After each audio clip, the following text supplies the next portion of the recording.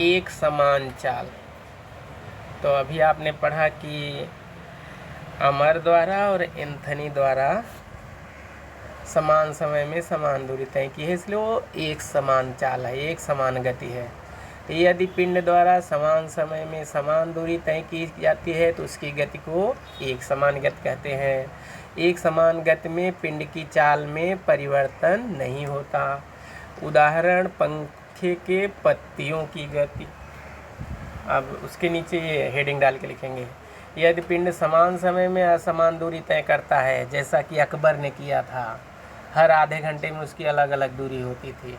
यदि पिंड समान समय में असमान दूरी तय करता है तो उसकी गति को असमान गति कहते हैं।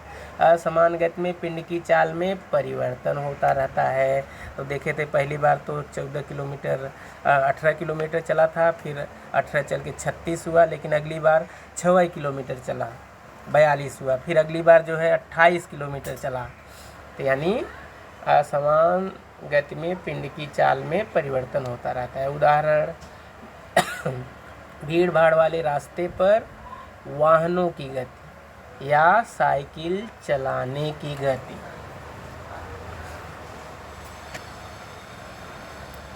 तो आप सभी फिसल पट्टी पर खेले होंगे। फिसल पट्टी से फिसलते समय जब यानी एकदम ऊंचाई पर होते हैं आप, तो प्रारंभ में वेग कम होता है, यानी धीरे धीरे खिसकते हैं। या आपके घर वाले रहते हैं तो थोड़ा सा आपको पुश करते हैं, तब आप खिसकना शुरू होते हैं, तो वेग कम होता है। लेकिन बीच में वह बढ़ता है, जब आप बीच में पहुंचते हैं तो खूब तेज़ से खिसकते हैं, और अंत में वह कम होकर शून्य हो जाता है। यानी जब नीचे पहुंच जाते हैं, पैर आपका नीचे पहुंच जाता है, तो क्या होता है, वेग शून्य हो जाता है। यानी 3 तरह का, शुरुआत में कम, बीच में ज़्यादा और अंत में कम होकर शून्य। तो हम आपको त्वरण के बारे में समझा रहे थे। एक त्वरण हेडिंग है और उसकी परिभाषा लिखनी है। वेग परिवर्तन की दर को त्वरण कहते हैं। जो वेग में परिवर्तन हुआ, पहले कम फिर ज़्यादा फिर कम होकर 0, उसी को वेग परिवर्तन कहते हैं। तो वेग परिवर्तन की दर को त्वरण कहते हैं, और त्वरण का सूत्र है वेग में परिवर्तन बटे समय।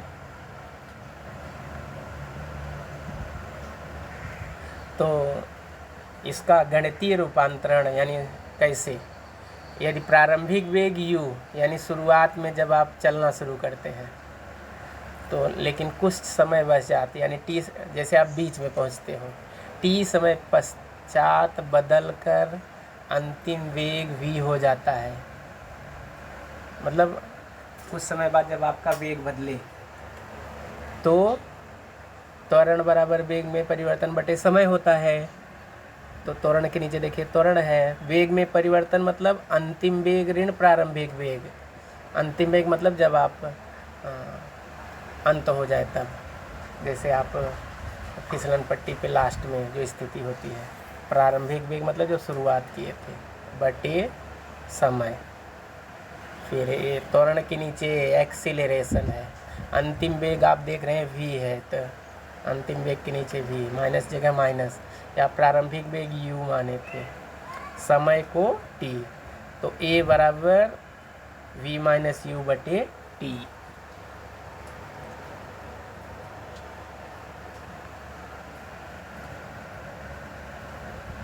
त्वरित गति, यदि कोई गतिशील पिंड निश्चित समय में वेग बदलता है तो उस पिंड की गति को त्वरित गति कहते हैं। गतिशील पिंड में 2 प्रकार के त्वरण होते हैं। एक समान त्वरण, यदि समान समय में वेग में समान परिवर्तन, जैसे उसमें था समान समय में समान दूरी, हर आधे घंटे में 20 किलोमीटर, तो यहाँ समान समय में वेग में समान परिवर्तन, तो एक समान त्वरण होता है। यदि समान समय में वेग में असमान परिवर्तन, जैसे वहाँ अकबर का था, हर 30 मिनट में उसके द्वारा चली गई दूरी बदलती जाती थी, तो यहाँ पे क्या बदल रहा है, वेग। यदि समान समय में वेग में असमान परिवर्तन होता है तो असमान त्वरण होता है। त्वरण 3 तरह का होता है, धनात्मक, ऋणात्मक और शून्य। जब किसी पिंड का वेग बढ़ता है तब त्वरण धनात्मक होता है।